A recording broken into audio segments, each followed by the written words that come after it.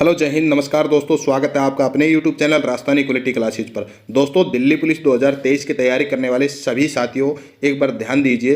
Delhi police 2023 की vacancy जल्दी आने वाली है और आपका एग्जाम भी जल्दी करा लिया जाएगा। इसी के बीच हम साथियों आपके लिए लेकर आए हैं कि दिल्ली पुलिस गत वर्ष के क्वेश्चन पेपर, साथियों मैं आपको बताना चाहता हूं कि ये क्वेश्चन पेपर आपकी परीक्षा के लिए वेरी इंपॉर्टेंट रहने वाले हैं। तो आप इन क्वेश्चनों को बिल्कुल भी मिस ना करें और आप वीडियो को शुरू से अंत तक देखें। साथियों, जब भी आप इन क्वेश्चनों को देखेंगे तो आपको पता लगेगा कि आपके क्वेश्चन कहां कहां से दिल्ली पुलिस पूछती है, किस प्रकार का लेवल पूछा जाता है। इन प्रश्नों से आपको एक आइडिया मिल जाएगा साथियों, जो आपको तैयारी में बहुत हेल्पफुल होगा। चलिए बात करते हैं फर्स्ट क्वेश्चन से। फर्स्ट क्वेश्चन की बात करते हैं साथियों कि फर्स्ट क्वेश्चन कौन सा है हमारे सामने। तो वेरी इंपॉर्टेंट सवाल है साथियों कि जो कि लोकगीत हैं उनसे भी हमसे प्रश्न पूछे जाते हैं। फर्स्ट जो क्वेश्चन है कि जो पारंपरिक पंखेड़ा जो लोकगीत है साथियों, ये निम्नलिखित में से किस राज्य से संबंधित है। तो इसका सही आंसर होगा राजस्थान। राजस्थान का पंखेड़ा जो लोकगीत है वो प्रसिद्ध है, इसको भी आपको याद रखना है। नेक्स्ट क्वेश्चन की बात करते हैं साथियों। नेक्स्ट क्वेश्चन क्या है साथियों कि जो नेक्स्ट क्वेश्चन है वो है कि निम्नलिखित में से किस सूक्ष्म जीव को, साथियों निम्नलिखित में से किस सूक्ष्म जीव को सजीव और निर्जीव के बीच की कड़ी माना जाता है। तो इसका सही आंसर होगा विषाणु यानी कि वायरस। वायरस जो सूक्ष्म जीव है साथियों, उसको सजीव और निर्जीव के बीच की कड़ी माना जाता है। आपको ये भी याद रखना है। चलिए नेक्स्ट क्वेश्चन की बात करते हैं साथियों। नेक्स्ट क्वेश्चन क्या है साथियों कि जो जास्कर नदी है, कौन सी जो जास्कर नदी है साथियों, ये किस नदी की एक सहायक नदी है। तो इसका सही आंसर होगा सिंधु। सिंधु की जो सहायक नदी है वो है जास्कर। आपको ये भी याद रखना है। नेक्स्ट क्वेश्चन की बात करते हैं साथियों। आप एक भी क्वेश्चन को साथियों मिस ना करें। ये क्वेश्चन आपकी परीक्षा की दृष्टि से वेरी इंपॉर्टेंट रहने वाले हैं। इन परीक्षाओं में आप देखेंगे साथियों कि ऐसे ऐसे क्वेश्चन पूछे गए हैं जो आपको कभी आपने देखे नहीं होंगे। जो अब आप एग्जाम सेंटर में जाते हैं तो आप अंदाजा भी नहीं लगाते हैं कि ये सवाल कहाँ से आ गया। तो इसलिए मैं आपसे बोल रहा हूँ कि आप ये जो गत वर्ष के प्रश्न हैं इनको अभी आप पढ़ लीजिए ताकि आपको आगे दिक्कत ना हो। चलिए बात करते हैं क्वेश्चन नंबर 4 की। क्वेश्चन नंबर 4 क्या है साथियों कि जो 31 अगस्त है साथियों, 31 अगस्त 2020 तक के भारत में जो भी खिलाड़ी हैं उनमें से कौन से ऐसे खिलाड़ी हैं, कितनी उनकी संख्या है साथियों, जिनको भारत रत्न प्राप्त कर चुके हैं या उनको मिल चुका है, भारत रत्न उनको मिल चुका है। आपको इस क्वेश्चन में ये पूछा है। तो इसका सही आंसर होगा 1, क्योंकि साथियों सचिन तेंदुलकर एकमात्र जो खिलाड़ी हैं वो ऐसे खिलाड़ी हैं जिनको क्या मिल चुका है साथियों, भारत रत्न मिल चुका है। आपको ये भी याद रखना है। नेक्स्ट क्वेश्चन की बात करते हैं साथियों।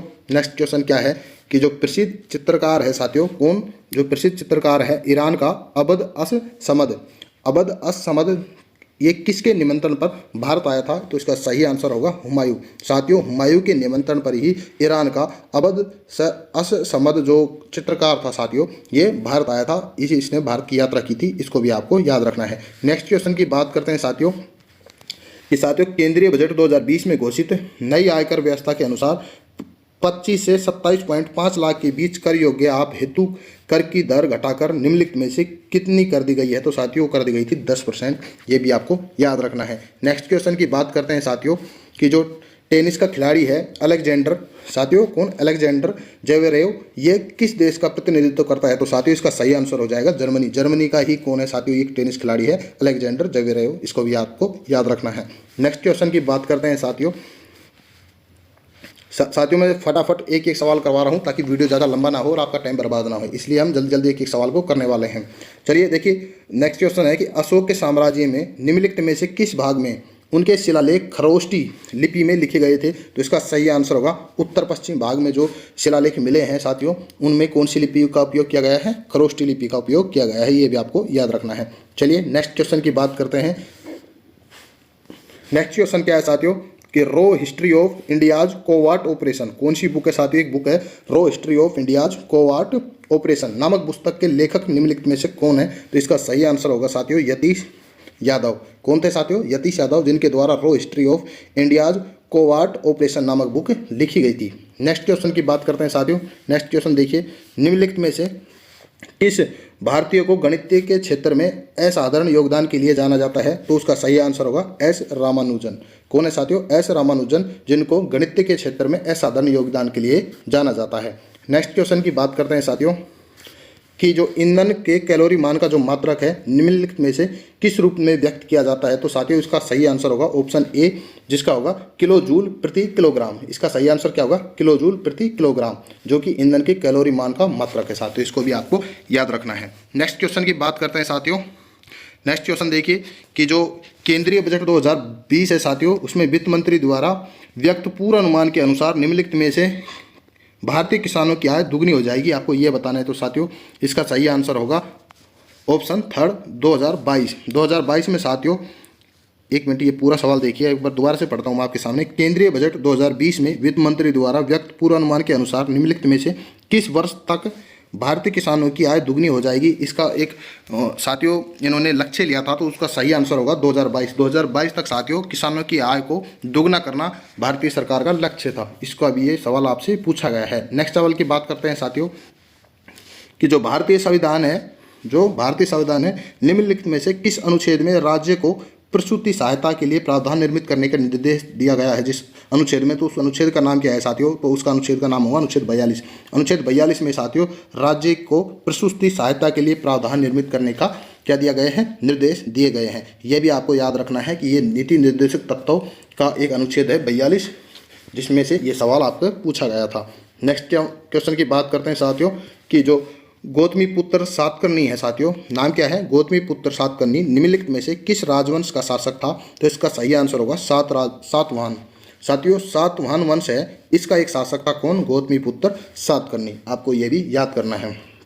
नेक्स्ट क्वेश्चन की बात करें साथियों कि जो अष्टमार्ग यानी कि 8 प्रकार के पथ का तत्व ज्ञान निम्नलिखित में से किसके द्वारा प्रतिपादित किया गया था। तो साथियों अष्टमार्ग के बारे में बताने वाले कौन थे, महात्मा बुद्ध थे साथियों। कौन थे, महात्मा बुद्ध थे। तो आपको ध्यान से देख लें साथियों कि प्राचीन इतिहास से भी काफ़ी सवाल आपके बनते हैं और काफ़ी सवाल आपसे पूछे जाते हैं। तो साथियों आप जब भी कभी इतिहास के बारे में पढ़ने जाएं तो आप इन सवालों को ध्यान से याद रखें, ताकि आपको जब उनमें इम्पोर्टेंट सवालों को इकट्ठा करने में दिक्कत नहीं होगी। आपको पता लग जाएगा कि कौन सा टॉपिक ज़्यादा इंपॉर्टेंट है आपको। जैसे कि अभी पूछा गया अष्टमार्ग, सातवाहन वंश, इस प्रकार के सवाल भी आपसे पूछे जाते हैं। नेक्स्ट क्वेश्चन की बात करते हैं साथियों। नेक्स्ट क्वेश्चन साथियों कि जून 2020 में निम्नलिखित में से कोऑपरेट दिवालिया प्रस्ताव तरलीकरण प्रक्रिया पर सलाहकार समिति के अध्यक्ष पद पर किसे नियुक्त किया गया था। साथियों उस समय का करंट का सवाल, उदय कोटक को उस समय क्या सलाहकार समिति का अध्यक्ष नियुक्त किया गया था। कौन से, कोऑपरेट दिवालिया प्रस्ताव और तरलीकरण प्रक्रिया की जो सलाहकार समिति थी उसका अध्यक्ष बनाया गया था, किसको, उदय कोटक को। नेक्स्ट क्वेश्चन की बात करते हैं साथियों कि जो नेक्स्ट क्वेश्चन है वेरी इंपॉर्टेंट सवाल है साथियों कि निम्नलिखित में से किस राज्य की सीमा जो है वो पश्चिम बंगाल से नहीं लगती है साथियों। तो इसका सही आंसर हो जाएगा मेघालय। साथियों झारखंड और असम और सिक्किम की जो सीमाएं हैं वो पश्चिम बंगाल से लगती हैं, वहीं मेघालय की जो सीमा है वो पश्चिम बंगाल से नहीं लगती हैं। आपको इस तरीके के सवालों को भी याद रखना है और ध्यान से पढ़ना है। चलिए नेक्स्ट क्वेश्चन की बात करते हैं साथियों। नेक्स्ट क्वेश्चन क्या पूछा जा रहा है कि निम्नलिखित में से किस उद्योग को भारत में 8 आधारभूत उद्योगों के सूचकांक की गणना के लिए उपयोग किया जाता है। तो सही आंसर होगा रिफाइनरी उत्पाद।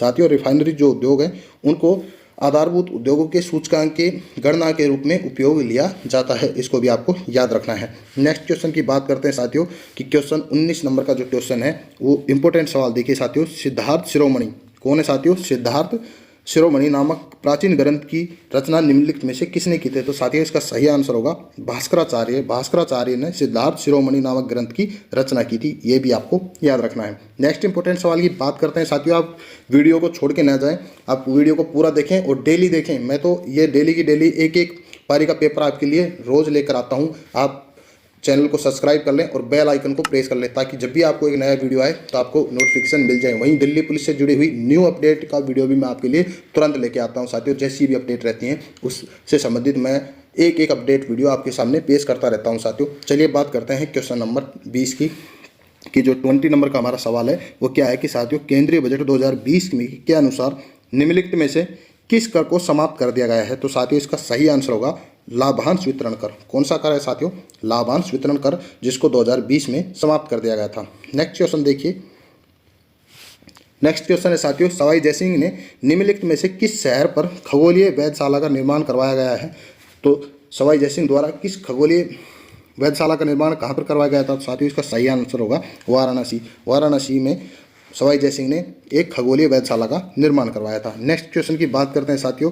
नेक्स्ट क्वेश्चन देखिए साथियों कि भारत में देश की विदेशी मुद्रा के भंडार का संरक्षण निम्नलिखित में से किसके द्वारा किया जाता है? तो इसका सही आंसर होगा आरबीआई, यानी कि भारतीय रिजर्व बैंक। साथियों, भारतीय रिजर्व बैंक द्वारा ही देश की विदेशी मुद्रा के भंडार का संरक्षण करने वाला एकमात्र बैंक है, यानी एकमात्र संस्था है। इसको भी आप याद रखें।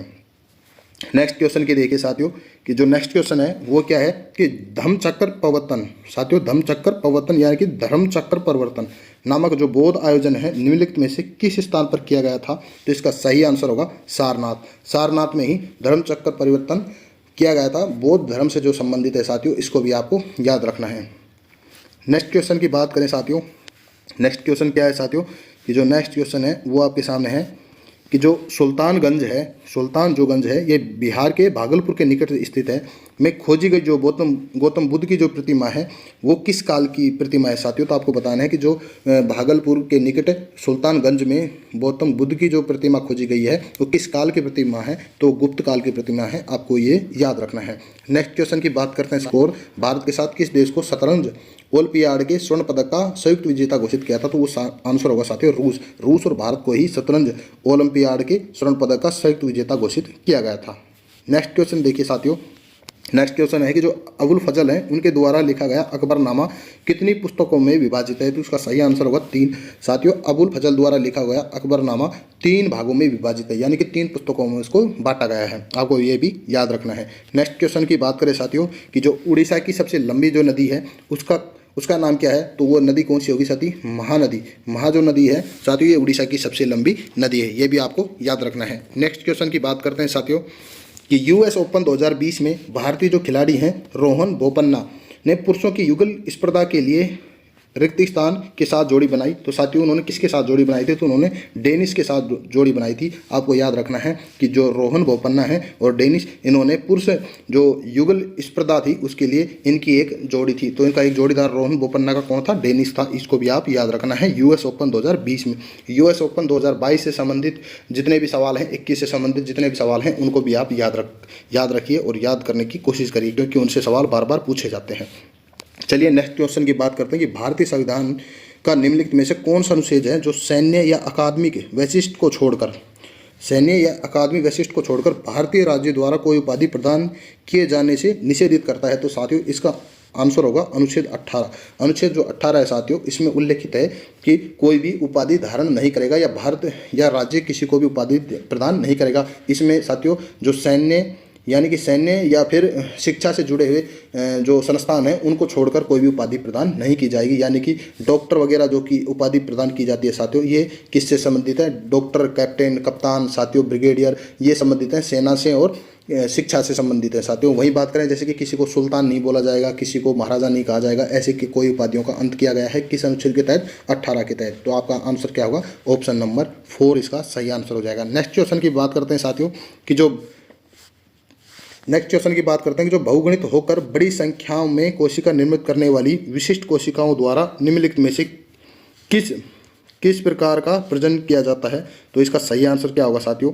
एक सेकंड, इसको थोड़ा सा लेंथी क्वेश्चन है, इसको मैं जूम आउट करके पढ़ता हूँ। देखिए कि जो बहुगुणित होकर बड़ी संख्याओं में कोशिका निर्मित करने वाली जो विशिष्ट कोशिकाओं द्वारा निम्नलिखित में से किस प्रकार का प्रजनन किया जाता है? तो उनके कौन सा सही आंसर होगा? प्रजनन किया जाता है। जो बहुत गणित होकर बड़ी संख्याओं में कोशिका निर्मित करने वाली जो विशिष्ट कोशिकाएं हैं उनके द्वारा बहुगणित या प्रजनन किया जाता है साथियों, आपको ये भी याद रखना है। नेक्स्ट क्वेश्चन की बात करते हैं साथियों कि डाफला की जो पहाड़ियां हैं ये मुख्य रूप से किस राज्य में व्याप्त हैं, किस राज्य में स्थित हैं? तो इसका सही आंसर होगा अरुणाचल प्रदेश। अरुणाचल प्रदेश में डाफला की जो पहाड़ियां हैं वो स्थित हैं, इसको आपको याद रखना है। कौन सी पहाड़ियां हैं? डाफला की पहाड़ियां, याद रखिए साथियों। नेक्स्ट क्वेश्चन की बात करते हैं 32 नंबर का जो क्वेश्चन है इसकी बात करते हैं साथियों कि 31 अगस्त 2020 के अनुसार प्रधानमंत्री की आर्थिक सलाहकार परिषद का सदस्य सचिव किसे नियुक्त किया गया था? तो साथियों उस समीकरण के अनुसार रतन PV वट्टल को जो प्रधानमंत्री की आर्थिक सलाहकार परिषद का जो सचिव है वो नियुक्त किया गया था, आपको ये भी याद रखना है।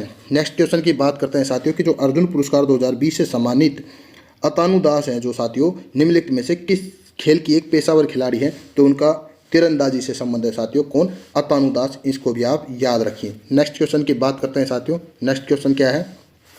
34 नंबर का क्वेश्चन है साथियों, निम्नलिखित में से किस पुस्तक के लिए अंतर्राष्ट्रीय बुकर पुरस्कार 2020 प्रदान किया गया था? तो किया गया था साथियों, ऑप्शन नंबर इसका बी सही हो जाएगा, द डिस्कम्फर्ट ऑफ इवनिंग। क्या हो जाएगा? द डिस्कम्फर्ट ऑफ इवनिंग इसका सही आंसर हो जाएगा, यानी कि ऑप्शन नंबर 2 सही हो जाएगा। चलिए नेक्स्ट क्वेश्चन की बात करते हैं कि साथियों जो बराबर की गुफाएं हैं ये निम्नलिखित में से किस राज्य में स्थित है? तो इसका सही आंसर हो जाएगा बिहार। बिहार में साथियों बराबर की गुफाएं स्थित है, याद रखना है, वेरी इंपॉर्टेंट तथ्य है कि बराबर की जो गुफाएं हैं कहाँ पर स्थित है, तो ये सही आंसर होगा बिहार। नेक्स्ट क्वेश्चन की बात करते हैं साथियों, 36 नंबर का क्वेश्चन है कि जो पारंपरिक रंगमंच है माच निम्नलिखित में से किस राज्य से संबंधित है? इसका सही आंसर होगा मध्य प्रदेश। मध्य प्रदेश में साथियों एक रंगमंच किया जाता है माच नाम का, वो संबंधित है मध्य प्रदेश से, आपको ये भी याद रखना है। नेक्स्ट क्वेश्चन की बात करते हैं साथियों कि जो निम्नलिखित में से किस वर्ष भारत के संविधान में नवी अनुसूची जोड़ी गई थी? तो साथियों ये जोड़ी गई थी 1951 में। फर्स्ट संविधान संशोधन कौन सा साथियों? फर्स्ट संविधान संशोधन 1951 द्वारा नवी अनुसूची जोड़ी गई थी। अब आप मेरे को कमेंट में बताइए कि 10वीं अनुसूची किस संविधान संशोधन द्वारा जोड़ी गई थी। चलिए नेक्स्ट क्वेश्चन की बात करते हैं साथियों कि जो भारत की जनगणना 2011 है इसके अनुसार निम्नलिखित में से किस केंद्र शासित प्रदेश की जनसंख्या अन्य तीनों विकल्पों से अपेक्षाकृत विरल है, यानी कि कम है? तो इसका सही आंसर हो जाएगा साथियों अंडमान और निकोबार द्वीप समूह। अंडमान निकोबार द्वीप समूह की जो जनसंख्या है 2011 के अनुसार लक्षद्वीप ये चंडीगढ़ और पांडिचेरी जो यूटी हैं साथियों केंद्र शासित प्रदेश हैं, उनकी अपेक्षा अंडमान निकोबार द्वीप समूह की जो जनसंख्या वो कम है, यानी विरल है। चलिए नेक्स्ट क्वेश्चन की बात करते हैं कि निम्नलिखित में से किस प्राचीन ग्रंथ के इस लोगों को संगीतबद्ध किया गया है? तो साथियों किस प्राचीन ग्रंथ को लोगों ने संगीतबद्ध किया है? तो उसका सही आंसर होगा साथियों इसी को ही साथियों संगीत का जनक भी कहा जाता है, जो संगीत से संबंधित है। कौन सा वेद? सामवेद। इसको भी आप याद रखिए। नेक्स्ट क्वेश्चन की बात करते हैं, 40 नंबर का क्वेश्चन देखिए साथियों कि केंद्रीय बजट 2020 में वित्त मंत्री ने बैंक जमा और बीमाओं को खालिस्तान से बढ़ाकर 5 लाख करने की घोषणा की है।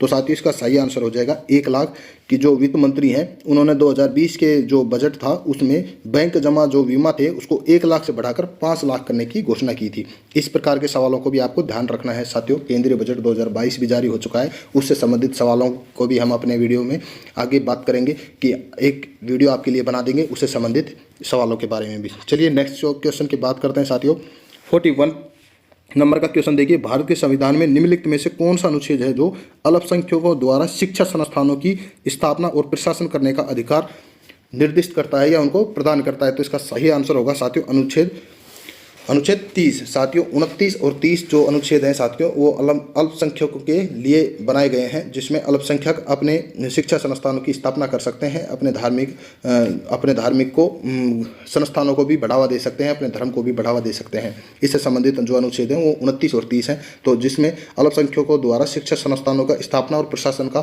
अधिकार दिया गया है वो अनुच्छेद हो जाएगा अनुच्छेद 30। इसको भी आपको याद रखना है। नेक्स्ट क्वेश्चन की बात करिए, ईस्ट इंडिया कंपनी का जो भारत में व्यापार करने का जो एक अधिकार था साथियों वो किस वर्ष एक कानून के द्वारा समाप्त किया गया था? तो उसका सही आंसर हो जाएगा 1833 के साथियों एक अधिनियम द्वारा ही ब्रिटिश जो पार्लियामेंट था साथियों उन्होंने ईस्ट इंडिया कंपनी को जो एक अधिकार दे रखा था, भारत में सिर्फ वो एक अधिकार ही रहेगा कि वही सिर्फ व्यापार कर सकती हैं, बाकी ब्रिटिश और जो भी ब्रिटिश कंपनियां थी या कोई व्यक्तिगत कोई भी व्यापार नहीं कर सकता था, उस पर रोक लगाई हुई थी, उसको हटा दिया था साथियों। एक अधिकार को समाप्त कर दिया था कि अब कोई भी वहाँ पर व्यापार कर सकता है। कहाँ पर? भारत पर। किस एक्ट के द्वारा किया गया था? 1813 के जो एक्ट है उसके द्वारा इस कानून को समाप्त कर दिया गया था। चलिए नेक्स्ट क्वेश्चन की बात करते हैं कि भारतीय संविधान का जो अनुच्छेद 21A है इसमें निम्नलिखित में से किस वर्ष समावित किया गया था या किस वर्ष जोड़ा गया था? तो साथियों इसका आंसर हो जाएगा 2002। साथियों आपको बताना चाहता हूँ कि यह अनुच्छेद 2002 में जोड़ा गया था साथियों, जो 6 से 14 साल के बच्चों की शिक्षा के लिए संबंधित है साथियों, इसको भी आपको याद रखना है। चलिए नेक्स्ट क्वेश्चन की बात करते हैं। 44वां सवाल क्या है साथियों कि भारत के संविधान में निम्नलिखित में से कौन सा भारतीय संविधान में निम्नलिखित में से कौन सा संशोधन लागू संविधान भी कहलाता है? साथियों इसमें प्रिंट गलत हुआ है साथियों। इसका सही आंसर तो होता कि इसमें लघु संविधान कौन सा कहलाता है या कौन सा संविधान संशोधन है जो लघु संविधान कहलाता है? कौन सा कहलाता है? लघु संविधान। तो इसका सही आंसर होता है 42वां संविधान संशोधन। 42वां संविधान संशोधन साथियों लघु संविधान भी कहलाता है, इसको भी आपको याद रखना है। चलिए नेक्स्ट क्वेश्चन देखिए, निम्नलिखित में से कौन सा प्रोटीन पाचक एंजाइम छोटी आंत है साथियों, ये आंख नहीं है, आंत है, छोटी आंत द्वारा स्रावित होता है। तो इसका सही आंसर हो जाएगा ट्रिप्सिन। साथियों इसमें देखिए जो कि ये प्रिंट है उसमें दिक्कत हुई है कि जो प्रिंटिंग करते समय इसमें दिक्कत हुई है कि जो आंख की जगह आंख बन गया है। तो इसका सही आंसर होगा ट्रिप्सिन। मैं आपको बता देता हूँ सही जो इसकी लैंग्वेज होगी क्या होगी, निम्नलिखित में से कौन सा जो प्रोटीन पाचक एंजाइम है छोटी आंत से स्रावित होता है, तो इसका सही आंसर होगा ट्रिप्सिन। कौन सा होगा साथियों, ट्रिप्सिन, ऑप्शन थर्ड इसका सही हो जाएगा। नेक्स्ट क्वेश्चन की बात करते हैं साथियों। नेक्स्ट जो क्वेश्चन है वह निम्नलिखित में से किस में जल का संवहन करने के लिए विशिष्ट उत्तक नहीं पाए जाते हैं, तो इसका सही आंसर होगा ऑप्शन थर्ड फ्यूनेरिया जो है उसमें साथियों जल का संवहन करने के लिए विशिष्ट उत्तक पाए नहीं जाते हैं। इसको भी आपको याद रखना है। नेक्स्ट क्वेश्चन की बात करते हैं साथियों, 47 नंबर के जो सवाल है उसकी बात करते हैं कि राज्य में जो मैकलोडगंज नामक एक प्रसिद्ध पर्वतीय स्थल कहाँ पर अवस्थित है, तो साथियों इसका सही आंसर हो जाएगा हिमाचल प्रदेश। हिमाचल प्रदेश में मैकलोड नंबर का जो सवाल का सही आंसर होगा हिमाचल प्रदेश। मैकलोडगंज कहाँ पर स्थित है, वो है हिमाचल प्रदेश में स्थित। नेक्स्ट सवाल की बात करते हैं साथियों कि निम्नलिखित में से किस प्रकार की जो मृदा में सूक्ष्म कणों का अनुपात बड़े कणों की अपेक्षा अधिक होते हैं, यानी कि किस प्रकार की जो मृदा है उसमें सूक्ष्म कणों का जो अनुपात है वो बड़े कणों की अपेक्षा अधिक होते हैं, तो वो होगी चिकनी मिट्टी। साथियों उसमें जो छोटे कण होते हैं वो ज़्यादा होते हैं बड़े कणों के अनुपात में। नेक्स्ट क्वेश्चन की बात करते हैं साथियों, 49 नंबर का सवाल है कि 2020 में विश्व खाद्य पुरस्कार के लिए निम्नलिखित में से किसका चयन किया गया था, तो उसका सही आंसर होगा रतन लाल को 2020 का विश्व खाद्य पुरस्कार प्रदान किया गया था। 50 नंबर का सवाल देखिए साथियों, ये हमारा जीएस और जीके का लास्ट सवाल है। इसकी बात करते हैं कि निम्नलिखित में से किस राज्य ने 2020 में खिलाड़ियों के लिए जीवी राजा पुरस्कार की शुरुआत की थी, तो उसका सही आंसर होगा केरल। केरल ने जीवी राजा पुरस्कार नामक एक पुरस्कार की शुरुआत की थी। साथियों इसको भी आपको ध्यान रखना है। साथियों हमने 1 से 50 तक के जी और जीके के सवालों का अभी अध्ययन किया है। इससे संबंधित कोई भी अगर आपको दिक्कत रही हो तो आप कमेंट में बता सकते हैं। वही बात करें साथियों इसका पीडीएफ कहाँ मिलेगा, तो इसका पीडीएफ आप हमारे डिस्क्रिप्शन में इसका लिंक दिया हुआ है। किसका, आपको टेलीग्राम चैनल पर जाना है, हमारे जो चैनल है टेलीग्राम चैनल उसको जाकर ज्वाइन करना है और आपको वहाँ पर इसका पीडीएफ मिल जाएगा। वहीं बात करें साथियों कि आगे भी इसमें नीचे भी सवाल दिए हैं उनका आप अध्ययन कर सकते हैं। जो रीजनिंग और मैथ से संबंधित सवाल है साथियों उनका अध्ययन कर सकते हैं। अगर मैं आपके सामने अभी इसका अध्ययन करेंगे हम तो ये वीडियो बहुत लंबा हो जाएगा, तो आप इसको आराम से पीडीएफ डाउनलोड कर लें और उसके बाद में इसका अध्ययन आराम से बैठकर अपने घर पर कर सकते हैं। चलिए साथियों बात करते हैं, ये पूरे के पूरे 100 सवाल मिलेंगे आपको पीडीएफ में, देख लीजिए साथियों, जिसके अंदर आपको मैंने 50 सवाल जीके जीएस के जो करवा दिए हैं साथियों। वहीं बात करें साथियों ये कंप्यूटर के कुछ सवाल हैं साथियों और वहीं ये मैथ के सवाल हैं। अगर अभी तक आपने हमारा वीडियो लाइक नहीं किया है तो आप वीडियो को लाइक कर दें और चैनल को सब्सक्राइब कर लें ताकि आपको भी आगे ऐसी वीडियो मिलते रहें। तो चलिए मिलते हैं साथियों एक और वीडियो में एक और नए क्वेश्चन पेपर के साथ। तब तक के लिए धन्यवाद।